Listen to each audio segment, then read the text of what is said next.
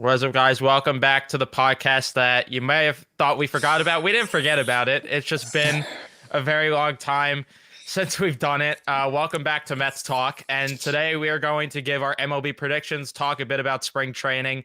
And what do you think we talked about last episode? Um, it was the Carlos Correa, wasn't it? It was Carlos Correa, which obviously we're not going to spend too much time about because all we're going to say is that didn't happen. And we were over the moon and just absolutely dunking on every MLB fan base. But that's besides the point. We're going to talk about the good, I guess, that could come out of them not getting Correa, and then talk about, of course, what the roster is looking like come spring training right now, as it's been going on for quite a bit. But there's a couple of exciting things actually going on in spring. Brett Baty's having himself a unreal spring right now. Ronnie Mauricio's having himself an unreal spring right now. All these younger players. Darren Ruff still sucks, so that's nothing That's when new you know there. Mets baseball's back right there. Yeah, and I'm gonna have to rant about Darren Ruff. I'm gonna have to in a bit, but Fair before enough. we jump into everything, remember to leave a like on the stream, or if you're watching on replay, if you do enjoy this, subscribe if you guys are new, especially if you're Met fans. We're gonna be back consistently now that the season's about to be underway. We're gonna be able to bring you consistent content. Hopefully, towards the end of the stretch, we're not gonna have to come on and rant like we did last No. season. Let's hope not, considering they play the Phillies like 10 times towards the end of the season. Unreal. Let's hope that that's all going to be positive this time around, and let's hope that this season's going to go well. But we got a lot. We got a lot here. So let's start with the fact that they didn't get Correa. The negatives. Obviously, that was I thought that was going to put them over the top to win the World Series. I really did. And I think Nico can agree with me on that. That was really what we thought was the last piece to the puzzle here. Yeah, I totally agree. I mean, we were all shocked when we just landed Carlos Correa out of nowhere at like 2 a.m, and the Mets were quite honestly looking like the World Series favorites. Let's be honest. And I mean, it's upsetting to talk about now. It's been such a long time at this point, but yeah, we just got to move on. Obviously, him failing these physicals, there's quite literally a big concern there. So I trust the Mets that they did the right thing, hopefully, but it obviously still is disappointing not having Carlos Correa on this team this upcoming season, because just felt like he was a big missing piece for another bat. But from some emergence here in what we're seeing in spring training, as you mentioned, with Baty and Mauricio, hopefully that could really like fill that void, and we don't really have to worry about Carlos Correa anymore. So disappointing, but could be a blessing in disguise in a way. Yeah, I don't root for injuries, but there is a scenario where this could end up being just damaged goods in Carlos Correa. So the Mets might end up with a blessing in disguise. I was really deflated when Manny Machado signed that extension Oh in San yeah. Diego, because I was like, well, now we're kind of running thin here on third base options. Nolan Arenado not opting out of his contract last offseason. I thought that could have been the Mets' opportunity to make a big splash. I'm surprised he didn't opt out, knowing that the Mets have a void at third base, and maybe he could have ended up getting paid more and filling that void. But that's besides the point.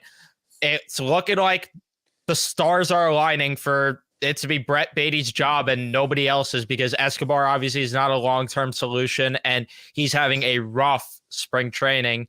And outside of that, I mean, there's really not a lot of options at third base going forward. Roddy Mauricio, I don't know if he has the ability to play third base at all.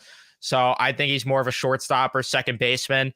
And outside of that, Mark Vientos, he does not have the glove to play third base. He needs to be a first baseman in the future, or a designated hitter. That's really his future. So you're not looking at a lot of options at third base anymore, but Brett Baty going forward. So it's looking like it's his job to lose at this point. The question is, will he be on the opening day roster? I don't know, but he better, with the spring that he's having, he better be on the opening day roster. And if Escobar is starting at third base, I don't know what we're doing at that point. Yeah, you got to give the kid a shot at this point. I mean, look what he's doing in spring training. have it here. 12 games, 458 average with 552 on base, home run, 5 RBIs, a couple stolen bases. He's lighting it up. So there's really no reason to not give him the shot here on the opening day roster. So hopefully we see it and he carries over his playing spring training to the MLB, because that tends to sometimes not be the case with the Mets. Hopefully we could really hit on one of our young guys here, but they just gotta throw him into the fire here right away, in my opinion, and see how he reacts to it. Because I mean, that Carlos Correa signing probably motivated him. Like, all right, they don't believe in me, and now that it fell through, he has a lot to prove here. Yeah, and there's really no reason not to start Brett Beatty on the opening day roster, because if you look at Pete Alonso's 2019 spring training, which is the year that he obviously ended up winning the job, Brett Beatty's putting up similar, if not better, numbers than Pete Alonso did in that spring training, minus the home run power. Which, how many home runs did you say Beatty has? Beatty has, I think he only has one, but yeah. he's So just a ton. Pete had 4 in his spring training, leading up to his rookie year, but he's still, like you said, getting on base a ton, and he's absolutely mashing the baseball. I think that there's no reason not to, considering if you just look at the comparison there. And again, the void at third base is clear as day. And realistically, who are you putting on the roster over him? Because Darren Ruff has arthritis in his wrist and he needs to be cut immediately. If he's going to be this bad and if he has arthritis, then cut him. I don't understand the point of keeping him on the roster going forward just to save your face from a horrible trade. No, just accept the fact that you lost the trade and that it sucked. You did that with Tyler Naquin essentially by letting him walk.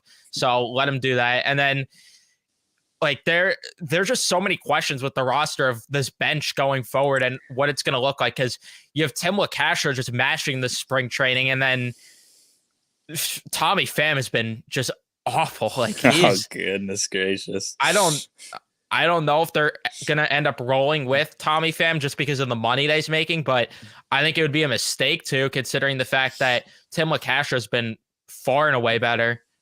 Yeah, absolutely. Tim LeCastro has been looking like a stud here in spring training. Tommy Pham, not so much, who we thought, would maybe platoon in the lineup a little bit, get in there in the outfields. But, I mean, I don't know if he could be doing that. He's looked god-awful. And going back to Darren Ruff. And he plays a horrible center field. Sorry, continue. Yeah, no problem. But Darren Ruff, too, as you said, I don't know why he's still on the roster. It just doesn't make sense to me. We've talked about it so many times. So we said the trade was awful from the beginning, and just let it go. It's not an option here anymore. You got a couple guys that can DH. Like, where is he going to play at this point? Just get rid of him. And I mean, they have so many options here. They really do. I'm interested to see this opening day lineup, as we're just basically 2 weeks away now. Yeah, I'm definitely interested to see if Tim LeCastro ends up making it over Tommy Pham. That'd be interesting. You also have an open spot in the bullpen right now and the rotation. So we'll start with the bullpen. A lot of good options. You have battling out for the last spot. You got Sam Coonrod. I believe John Curtis, I would say, is battling for a spot there as well.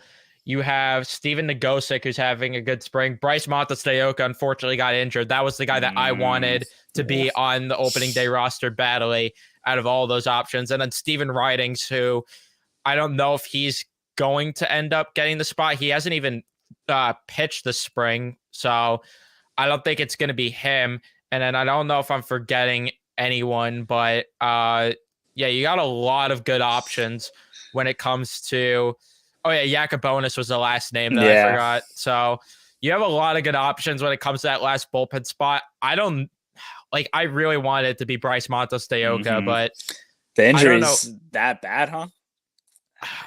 I think so. I think it's like a side injury that might keep him out a bit. Yeah. So otherwise, I would have easily have gave him the spot with the stuff that he has easily. Yeah, that guy throws gas, some nasty pitches. Deoka, I was really I wanted him to see the roster absolutely, but now with the injury, you got to pivot elsewhere. But as we said, the bullpen's been had some fantastic players here in spring training that are showing up. So, I mean, you can't really go wrong with a lot of these guys to fill that last spot there.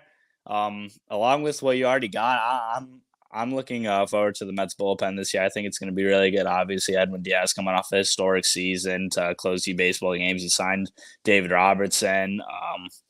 You have just a lot of options in there, so it's going to be interesting to see who they give the job to. I think it'll be Sam Coonrod, but I mean, who knows?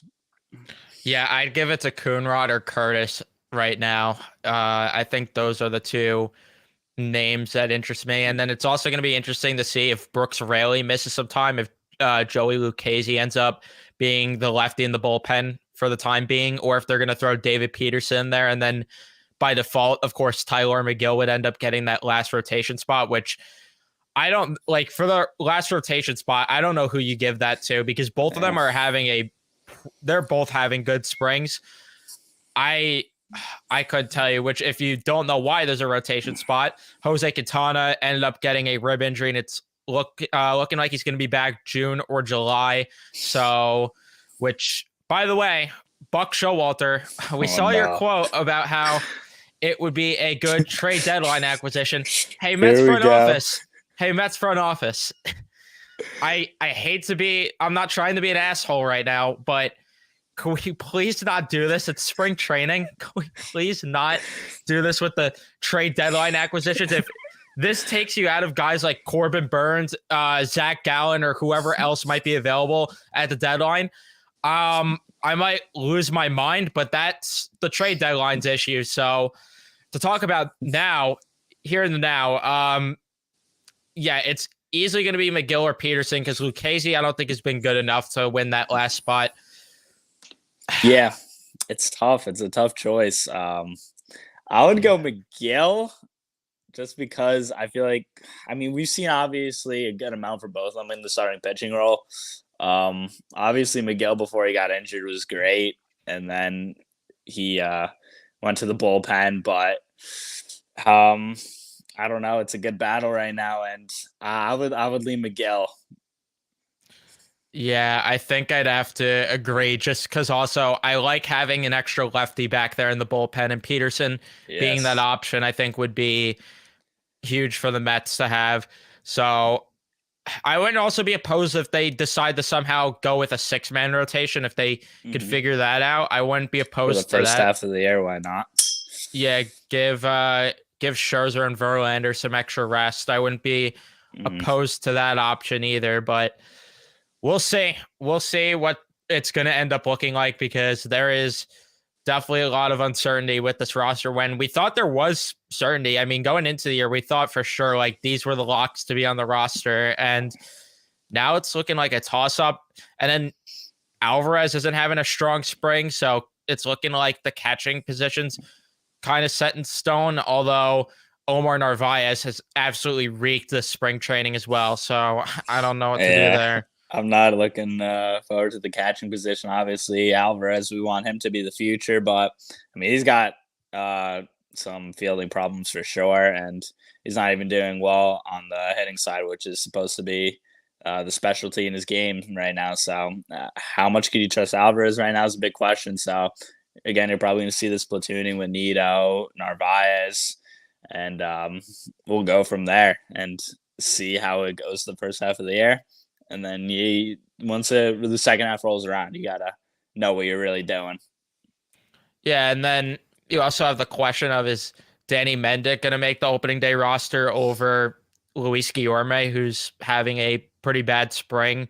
Not awful, but he's definitely having a down spring, and Mendick's just having he's putting up the better numbers. So there's a lot of questions. I think the only locks that you really have for the opening day roster is the starting infield with Escobar, Lindor, Alonso McNeil, and then Canha, Marte, Nimmo, I think are really the only locks. And then Vogelback, of course, is a lock, I'd say, as well. So you have your starters kind of on lock, but that bench is going to be interesting. And I'm going to be honest, I think that the bench definitely did not get addressed enough during this past offseason, but that's just me. Yeah. That's just me personally. But we're going to move on and talk about our MLB predictions because this is where it's going to get more interesting and this is what's going to fill out most of the episode. So let's just get right to it. Let's not waste time. Where do you want to start? Do you want to start NL or AL? I over here got the AL and AL East, AL Central, AL West, and then same for the NL. So Okay, want to start the AL East? Yeah, let's kick it off with the AL East. Who do you have in last place? I think this is a given, but I have the Boston Red Sox. I don't know if you so have do the I. Orioles. Yeah, you have the Red Sox. Okay. Yep. And fourth I have the Orioles. Yep. Third I have the Rays. Yep. Second the Blue Jays, and one Yep. the Yankees. Yep. So we're agreeing on everything there. By the way, this is we have no idea what each other's prediction are. So this could be a mystery a little bit, but Do you we'll have see. any wild card teams in that division? I have one, which is the Blue Jays. I as well have the Blue Jays as a wild Or card. my wild card one team. Yeah, me too.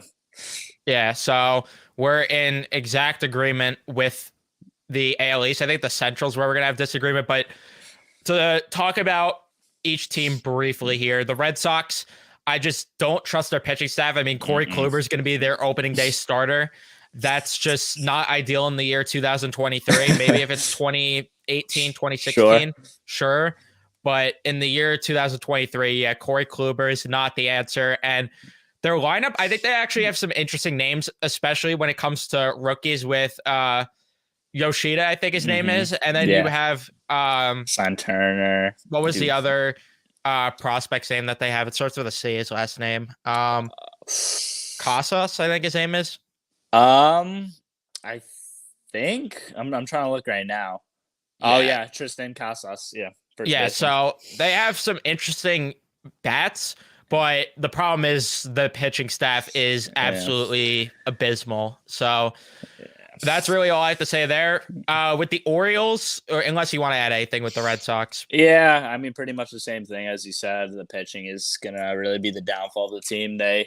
You got to see with their two young guys what they could do, but they kind of seem like they're going more to the rebuild route or retool at least. They lost Bogarts, and I mean, you added some veterans in Turner and Duvall, but yeah, I just don't think it's enough to be better than the other four in the division. Yep, agree completely. With the Orioles, I think that the Orioles are going to be, I think they're going to be exciting this year. That's for sure. They have a lot of exciting young players with obviously Adley Rutschman leading the way there. And then Gunnar Henderson's going to come up through the system as well. They have a lot of exciting young names, but they're just not there yet. I think they're still a year or two away for sure. And I think people that are on the Orioles train need to slow their roll a bit because we saw what happened with the Tigers last year where everyone was like, oh, they hired AJ Hinch. They got Javi Baez. They got all these names. And it's like, oh, they might make the playoffs, but we got to slow our roll here and wait and see what's going to happen first. They got to prove before they end up, being trustworthy, my predictions at the very least. 100%. I mean, I'm really high on Gunnar Henderson. I think he's going to be really good for them. But again, I think the pitching is a little bit of a question mark. They do have a lot of exciting young players like Adley Rutschman, Henderson, Mullins, Santander is great. But again, as you said, they're just not there yet. And I think it'll take a couple more years for them to really start, being in the mix because these other teams are just more established in the top three that we have. Yep, 100%, which leads us to the Tampa Bay Rays, which I wanted so bad to put them in the playoffs, but I just couldn't with some of the other teams that I wanted to get involved here. But the Tampa Bay Rays, I wouldn't be shocked if they make the playoffs just because they do it all the time. You know that they're going to have random pitchers just come through and be lights out for them. The question is going to be the lineup if it's good enough. I just don't know if it is, but that's really all I have to say about the Rays. I don't really have much else. Yeah. It's a tough one to leave them out of the playoffs because they're a well-rounded team. But as he said, I feel like they lack Another big bat in this lineup besides Rosarena and Lau and Franco. I don't know about this team, but it was definitely tough to leave them out of the playoffs. Yeah, 100%. And then for the Blue Jays, they can't win the division until they prove they can win the division. For me, that's just really all it is. I love the Blue Jays pitching. I love their lineup, but I just can't trust them to win the division because I feel like it's the Yankees division to lose until proven otherwise. So Mm-hmm. just basically touching on both teams there. Yeah, the Yankees, I think that they need to start Volpe on their opening day roster 1,000%. And I think they're making a mistake if they don't. They might have IKF playing center field. They're going to need to make a deadline acquisition for sure to help push them over the edge. But that pitching staff is disgusting, especially by the time Rodon comes back. So, yeah, I think that the Yankees and Blue Jays, both disgusting teams, but I have to give the edge to the Yankees. Yeah, I mean, I have this as a really close finish for the division. I like the Blue Jays a lot this year. They got just so many good young hitters. As you said, the rotation's disgusting with Manoah. They added Chris Bassett, Rodon. Rodon for the Yankees. I'm sorry. Who's the other good pitcher? Gosman from the Giants, and they just have a good bullpen as well. I like this team. I know Jose Barrios is not very good these days, but I mean he's on the back end for them, so it's not really an issue. And then for the Yankees, they are always just going to be a good team. They added Rodon, and their lineup is a little bit of a sketchy thing for me, but I mean I still think their pitching gets the job done, and Aaron Judge has another monster year for them, as well as another guy like Volpe, as you said, that emerges for them. Yeah, 100%. But obviously, the issue is going to be will Cashman actually bring him up? That's a whole different story. But let's move on to the AL Central. We'll try to go through this a bit quicker than we did with the East. But fifth place, I have the Royals. Fifth, I have the Royals as well. Fourth, I have the Tigers. Yep. This is where we're probably going to have disagreement. In third place, I have the Twins. I do have the Twins as well. Oh, wow. Believe it or not. This one we're probably going to disagree. Second place, I have the Guardians. Yeah. Second, I have the White Sox. I have the White Sox at first. I just think they're going to bounce back, and I like the Guardians a lot. I have them as my third wild card. That's how much I like them.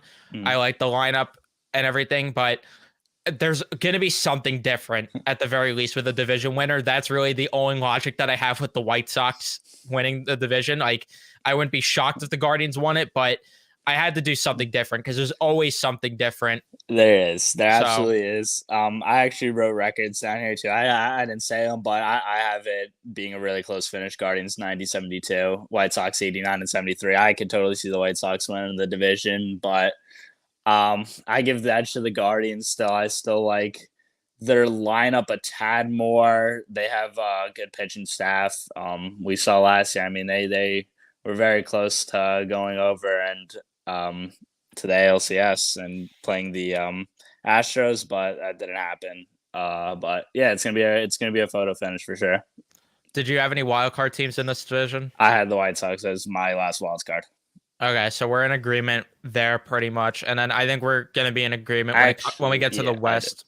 But with the Central, I mean, when it comes to the bottom teams, my issue with the Twins, I like the Twins a lot when it comes to their lineup. But the issue is Buxton going to be healthy? Is Correa going to be healthy? Because obviously there was that whole issue with the ankle.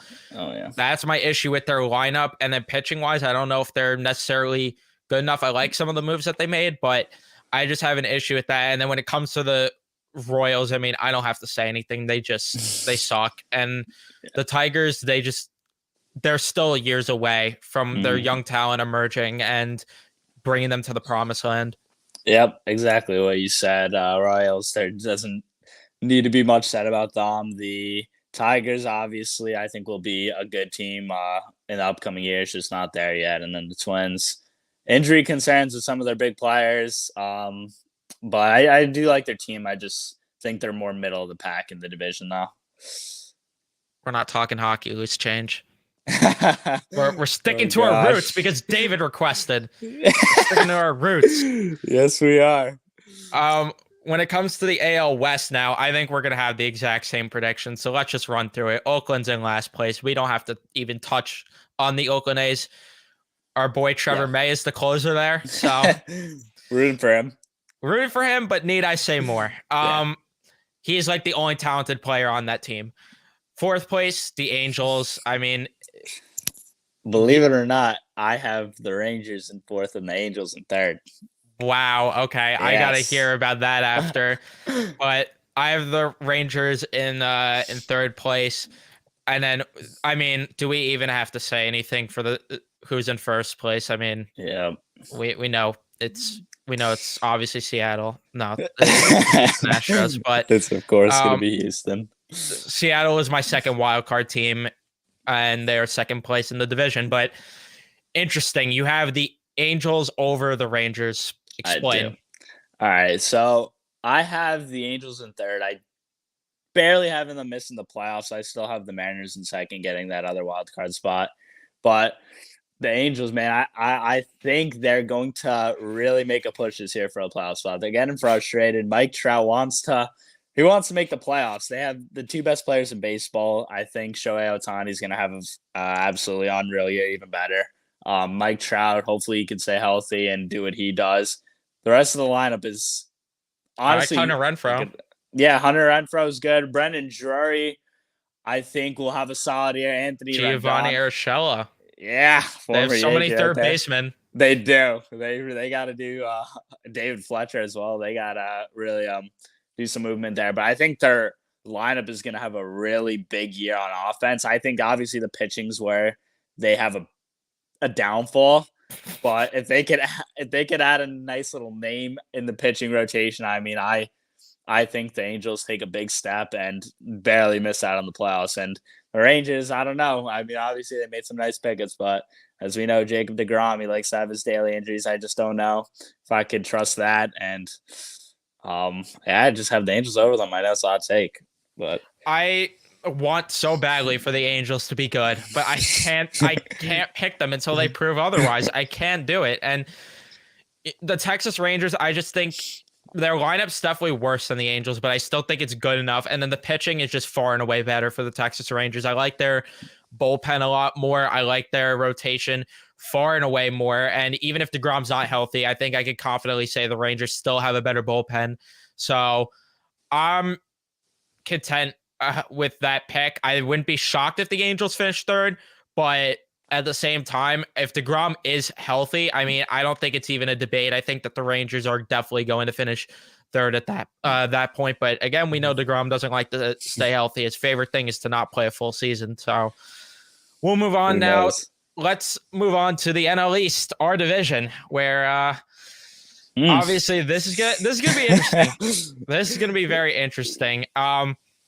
Let's start with last place, which I think we're in agreement. It's the Washington Nationals. It definitely is. Dominic Smith was their big offseason move, which we like Dom, but if that's your big move, I don't really know what to tell you. You're probably not in a spot where you're going to be competing for the division. So nevertheless, a wild card spot.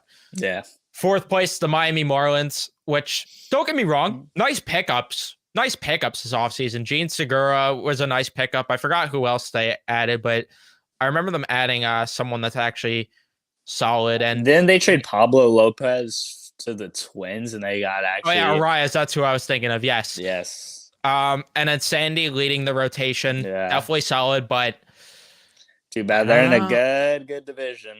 And you have a first-year manager. As a Met fan, we know you can't trust those. So we gotta wait and see what's gonna happen there. But I think that the Marlins could be a sneaky team to maybe overtake a team in third, maybe. But that would take also some injuries for one of these teams in the top three. But so I don't see it happening. I think it's a stretch. But third place, let's see if we have a disagreement here. I got the Phillies. And third, I have the Phillies too. I have them as my wild card 3 team as well. They are, my wild card 3 as well. Interesting that we both. I think that just with the Phillies, I think that with Bryce Harper missing the first half of the season, I think that's going to be Taylor.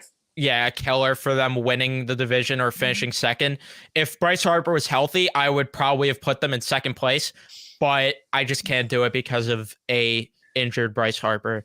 But I like Trey Turner a lot for them. Oh yeah, that sucks for us Mets fans. We had to see him walk over into our division to the Phillies, but yeah, I mean Bryce Harper being out in the beginning sucks. Their lineup really scary. Obviously, we saw in the playoffs got hot at the right time, and they were mashing the baseball. Love the Gregory Soto pickup in the bullpen. They have Craig Kimbrell, best catcher in baseball, in Real Muto. It's a talented team, but I just think they will finish third once again. Yeah, I completely agree with you on that. But to talk about second place, who do you have? In second place, I have the team right here on my shirt and hat, the New York Mets. I hate to say it, but I think they will get another second place finish. I have the Atlanta Braves. Wow. As wild card Okay. two. As wild card two as well. So Atlanta, I like a lot of their. I like a lot for their team. Losing Dansby Swanson's huge, and that leaves a big, big void in their lineup. I like Grissom or whatever his name is, but I just don't know if I trust that lineup enough. And then Ronald Acuna Jr., is he going to bounce back? I don't know. That's going to be a huge question mark for them. But I do like their pitching as well. But again, they also have some injury questions when it comes to that. So, yeah, I have the Braves in second place for that reason. And why do you have the Mets in second instead of the Braves? Again with the Mets, I just don't know with the lineup. There's got to be guys that you need to really hit on, and Brett Beatty. Brett Beatty needs to really show up. You need Francisco Alvarez or just your catchers to be a competent hitter. Pete Alonso and Lindor have to have another season like they did last year. They had a solid season. Jeff McNeil, I mean, he peaked last season. I hope he could at least kind of replicate a good margin of that. But again, the pitching too, like Verlander and Scherzer, like I'm afraid they have a little fallback, and that's the thing that sucks. But I don't get me wrong, they're gonna be really good still. I think the Mets, but the Braves, I mean, I love the Sean Murphy pickup for them at catcher. I think their rotation's disgusting. I think Ronald Acuna is gonna have a really, really good bounce back year, and I think they'll slightly just edge out the Mets for the division once again. I have the Mets in first because of the fact that I think that someone's going to step in and have a big year, which spoiler alert for my Rookie of the Year award. There's someone there that I think is going to step in and have a big year.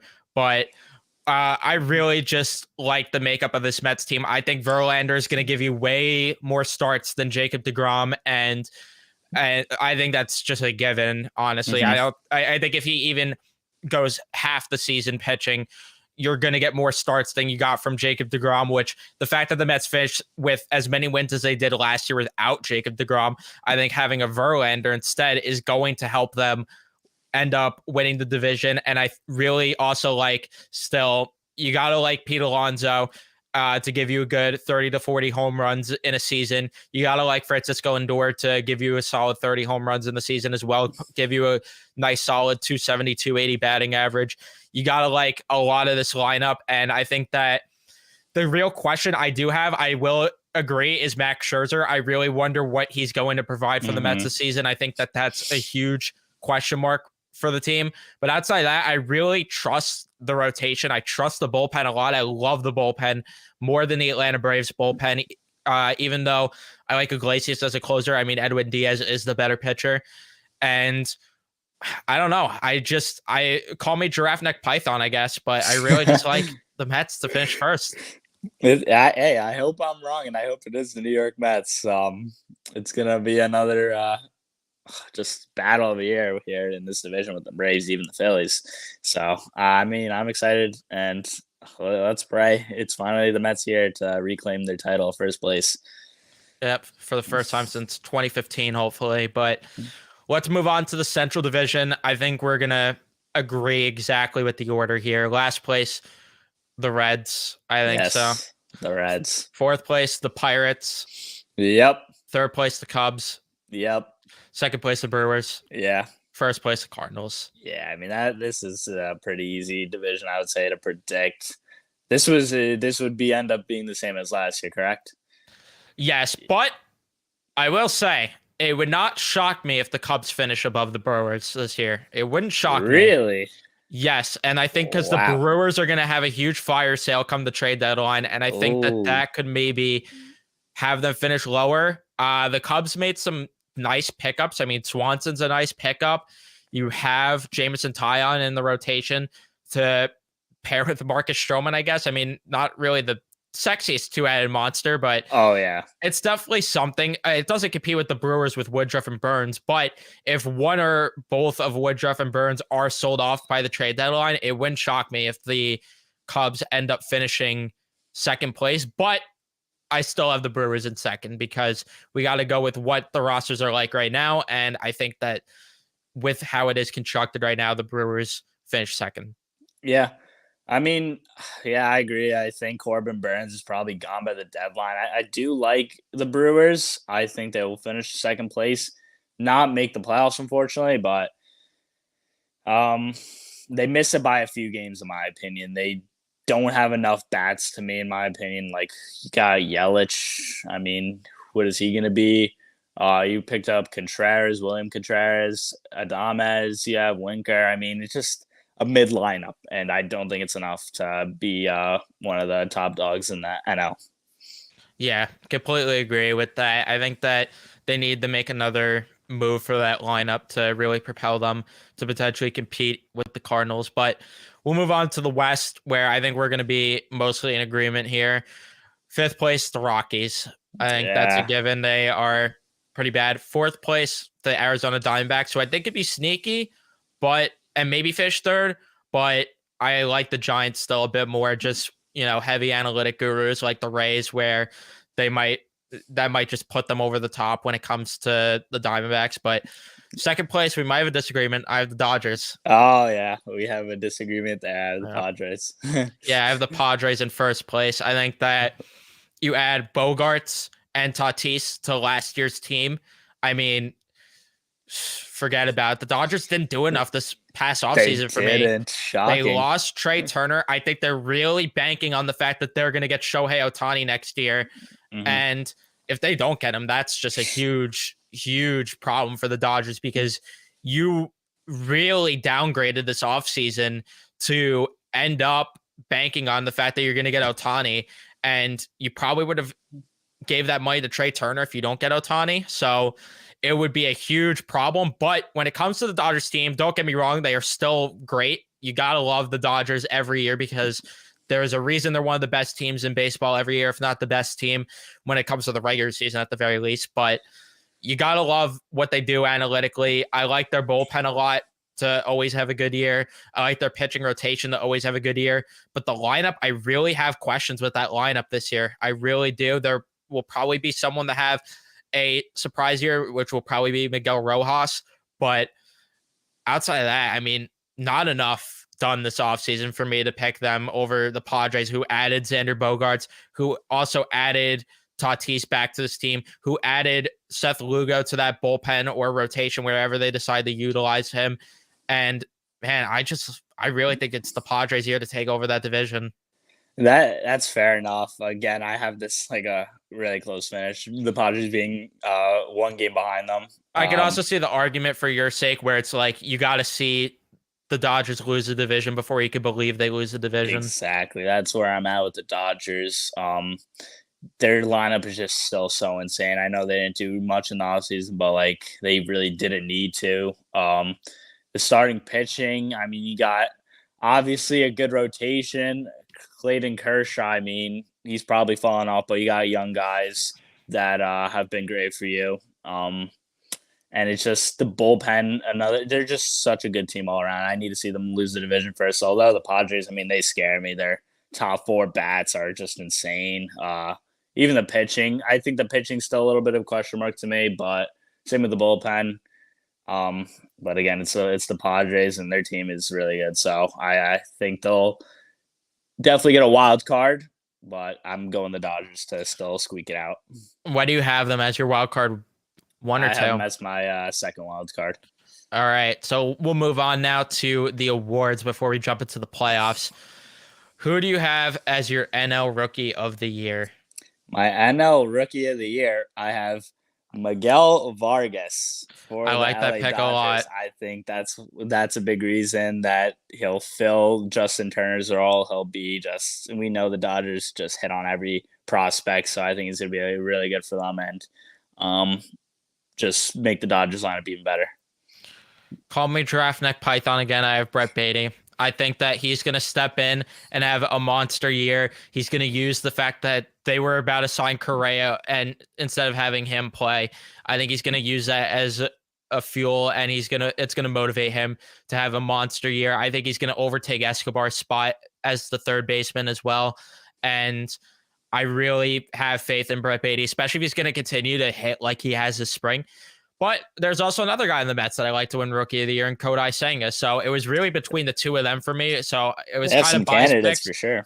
But yeah, I do like your pick as well. I'm trying to think of other rookies. I don't know if Andrew Painter is going to pitch for the Phillies this year or not, but he could be a sneaky pick if he ends up pitching. But there's a couple good rookies when it comes to the NL this year. But for the AL, I think it's going to be a runaway for this guy. I think Gunnar Henderson's winning the AL Rookie of the Year. Yep, that's my pick as well. I think he's going to be a big hit for the Orioles and be a reason they're competitive once again.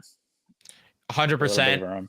I really like Yoshida as a second option, but I think Gunnar Henderson, it's his award to lose. I think that what we saw from him at the end of last year was solid, and he's going to bring that into this year, if not, maybe even be better. Yes, exactly. NL MVP, who do you got? NL MVP, big reason for them winning the division. I think Ronald Acuna Jr. has a monster year. I hate it. You're on the Acuna MVP bandwagon. I hate it, but yep. I have Manny Machado. I think that with his new payday, and I think that's part of why I have them winning the division, is Manny Machado's finally going to win an MVP award. And he arguably was one of the most valuable players last year, but this year, I think he's going to end up actually winning the award. Like that. AL MVP. We know, I think. Do we have the same pick here? It's Shohei Ohtani. Yeah, come on. He's winning the MVP this year. This time around, he's just unreal. Unreal. Best player in baseball. I don't think we have to touch much on Shohei Ohtani. He's the clear-cut candidate. Cy Young, this is where it's interesting. Cy Young for the NL? Yes. Okay, Cy Young for the NL. I have Corbin Burns, but who knows where he'll be after the deadline. That was my issue with picking him. I wanted to pick him, but I don't know if he's going to be there. Yeah, it's tough, but I haven't won it. I have a former Met. Oh, no. Zach Wheeler. Zachary Wheeler. I think it's finally his turn to win it. And you know what? I was also debating if I wanted to pick Aaron Nola to win it. They have two very good pitchers there at the top of the rotation. And I think that that's going to be a huge reason as to why the Phillies end up having a good year as well. And I like Zach Wheeler a lot. I think it's finally his turn to win a Cy Young. That's a good pick. I hate that, but Zach Wheeler, I could definitely see winning a Cy Young. Yep. And when it comes to the AL Cy Young, I only did this because of Jolly Olive. I have Dylan Cease. I don't have the same pick at all. Okay. I didn't even think of Dylan Cease, to be honest with you. I have Christian Javier literally just because of Jolly Olive predicting it. Okay. Shout out to Jolly Olive. It's because the White Sox, and first I feel like maybe that could have correlated, but fair enough. Cease will have a monster year and win the Cy Young. I forgot about Dylan Cease completely. That's a good pick. I like that pick a lot. Huh. I had to go with Javier, though. I mean, Jolly Olive, you nailed 2 in a row. Hopefully you can make me look good here with 3 in a row. Yeah. NL reliever of the year, I have Edwin Diaz. I have Edwin Diaz as well. How could he not? And then AL reliever of the year, I have a sneaky pick. I have Felix Bautista of the Baltimore Orioles. That's a good pick. That's a very good pick. I have in the same division For the Toronto Blue Jays, Jordan Romano. I like that pick a lot too. I really do. Yeah, so I mean, two pretty sneaky picks there in that AL for the reliever of the year. So it's going to be a very fascinating finish here for these awards, but I mean, there you go. The awards is where we're gonna look stupid, probably, to be honest. Yeah, but it's always just the divisions, I think we're gonna actually look smart. But this is where we're gonna look stupid as well, because now it's time to give for the our playoffs. playoff predictions, which this is gonna be tough. But in my wild card matchups, I have the Guardians versus the White Sox, and I have the Blue Jays versus the Mariners. And when it comes to that, I have the Guardians beating the White Sox, and I have the Blue Jays beating the Mariners, which I want so bad to pick the Mariners. You have no idea, but I like the Blue Jays just a bit more. Oddly enough, we have the same AL matchup. I have the 3-seed Guardians, 6-seed White Sox. I have the White Sox winning in 3. You said you had the White Sox? Yes. Yeah. Or no, I have the Guardians actually winning. I have the Guardians. Okay. Yeah, I have the Guardians. All right, so I have the White Sox. That's interesting. I have the Guardians win the division, but losing to the White Sox, and you have vice versa. Yeah. But yeah, they're my pick there. And then 4-seed Blue Jays, 5-seed Mariners. I have the Blue Jays winning in 3. I could have picked the Mariners, though. They almost beat the Astros last year. They did. That's so There's tough. Something special about these Blue Jays. That matchup I went so back and forth with. I really did. And then when it comes to the Cardinals and Phillies for my matchup, I have the Phillies winning that. Bryce Harper will be back by then, and I just think they're going to beat the Cardinals yet again. And then the Braves and the Dodgers, I have the Dodgers winning that matchup. The Dodgers winning over the Braves. Ooh, okay. Yeah, I have the 3-seed Cardinals taking on the 6-seed Phillies. I have the Phillies in 3. Yeah, winning as well. And yeah, oddly enough, I have the same exact matchup again, the Mets and Padres. But the Mets are taking it this year in 2 games. They're winning both. They're stunning the Padres. They're flipping the script. I hope. I need that more than oxygen. I can't deal with another freaking loss to the Padres. Yeah. Oh, if there's a wild card banner hanging in Citi Field when we go back. Oh. Please. I pray Steve Cohen doesn't allow that. Hopefully not. Oh, the divisional round. Okay. Yankees and Guardians. I unfortunately have the Yankees winning that matchup. And then I hate to be boring, but I have the Houston Astros beating the Toronto Blue Jays. I hate to be that guy. Okay. It's just what you think. I mean, in mine, I have the 1-seed Astros taking on the 6-seed White Sox. I have the Astros winning in 5. Yeah. And then the 2-seed Yankees and the 4-seed Blue Jays. Call me crazy. I have the Blue Jays winning in 6.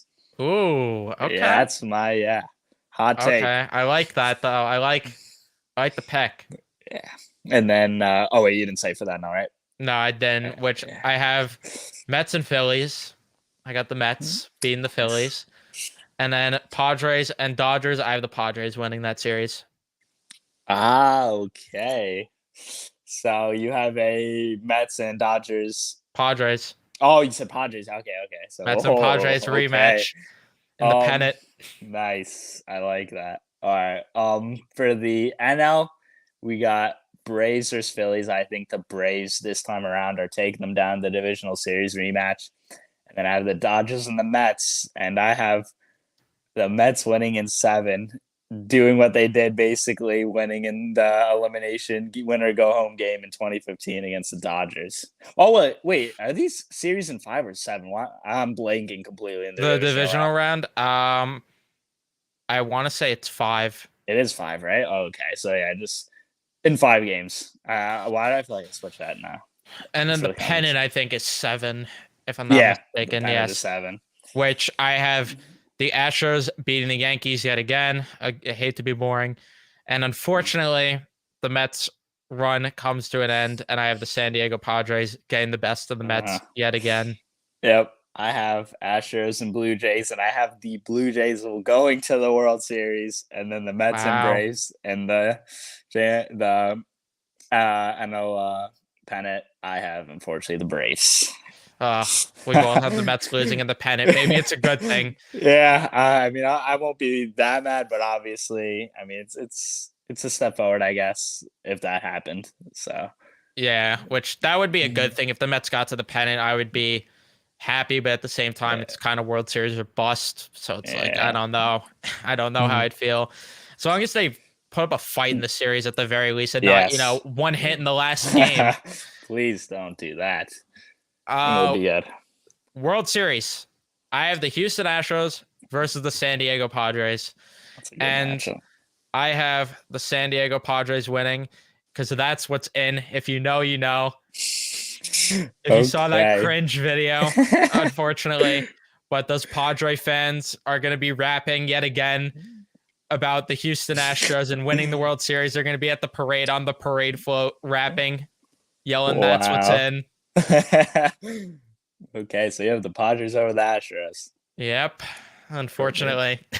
One seed Braves against the number one wildcard Blue Jays in the World Series. I think the Blue Jays go on an unbelievable run. They win in 7 games, and that's my bold World Series prediction. The Blue Jays really just make noise, get hot at the right time, and Wow. win the World Series. I would Up love north. for that, especially if they beat the Braves. That would Oh yeah, be give it to me. that would feed families. That It would really be would.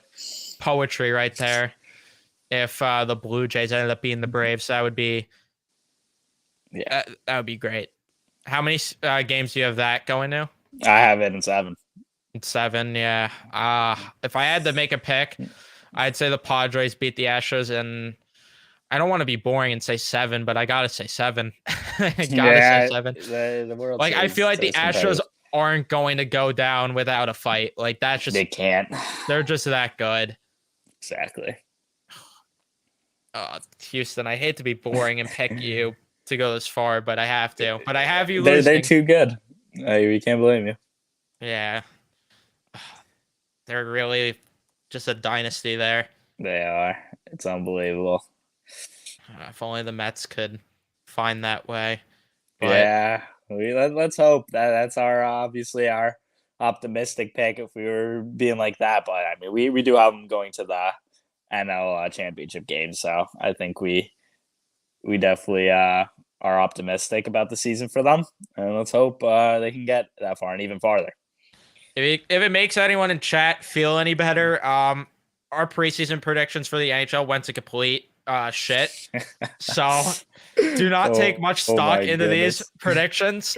This is all for the fun and games of it, and I'm probably going to upload this as a separate video as well. So for all of you watching, please do not take this too serious, because I know there's going to be comments, because I had it with hockey. How did you pick the Toronto Maple Leafs to lose to the Tampa Bay Lightning, which I ended up being right about, by the way, in that playoff prediction, but that's a different story. But I got comments like that, and Toronto, Nico has your back. Nico has your back, Toronto. I have your back big time here. We're going all the way, winning the World Series in baseball, and I mean, we'll see what happens with the Maple Leafs of hockey. So. Yeah, we'll have to see if they get another first round exit. But when it comes to the Blue Jays, I like that pick a lot. I really do. I think they could do it. Yeah, I was either gonna pick. I was close to picking them over the Astros too, but you have them playing in the divisional round. Yeah. Okay. But I had to be boring, unfortunately. And I wanted badly to pick the Guardians too over the Yankees to be different, but unfortunately, that's just not the way it's going to go, probably. Astros beating the Yankees back-to-back years once again. Just are in the ALCS, and just like for the one time in a row. That's unreal. Yeah. But do you have anything else to add before we wrap this up? No, I mean, not really. I mean, it's felt good to get back on the Mets pod. We obviously the last time we did this was at least a few months ago with the Correa news. So season's 2 weeks away now, and next time we're on here, I mean, it's basically on. So yeah, we probably won't be back until the regular season kicks off. We'll probably cover that first series against the Miami Marlins, I believe they play first on the road. So we'll cover that series. Let's see, when exactly is that series coming to a wrap? When is the rank going to start? Is it going to start early this year? The first 3 games? Let's hope not. Yeah. And they play on my birthday. That's a recipe for disaster. Oh goodness, The March Rangers 31st. and the Mets. Yes, the Rangers and the Mets both play on my birthday, so that's gonna be Oh boy, that's gonna be don't let you tough. down. Hopefully. So yeah, we're gonna have the Mets podcast. They actually play a 4-game series to open things up. So we'll be Sunday night, April 2nd, maybe will be the next podcast. I don't know if the Rangers play that night, so that might be an issue there. This is the problem with when the 2 seasons overlap. Oh yeah. Which now that I mention it, I'm gonna quickly check just so we can update you guys of when we're gonna do this podcast next. But April 2nd they play. Okay, both teams play at 1:00. That's just wonderful. So I have to try and watch both games. I love when that happens. Great. But yeah, we're gonna have a lot to talk about. Hopefully for our sake, though, the seasons overlap for a while. Hopefully the Rangers end up going on a run. But obviously, things aren't fun in Rangers world necessarily. But hopefully things will be fun in Mets world at the very least. But that's going to be where we wrap things up. Thank you guys so much for tuning in for the latest episode of the Mets Talk podcast. We really do appreciate it. And we'll see you guys in the next one. Let's go, Mets.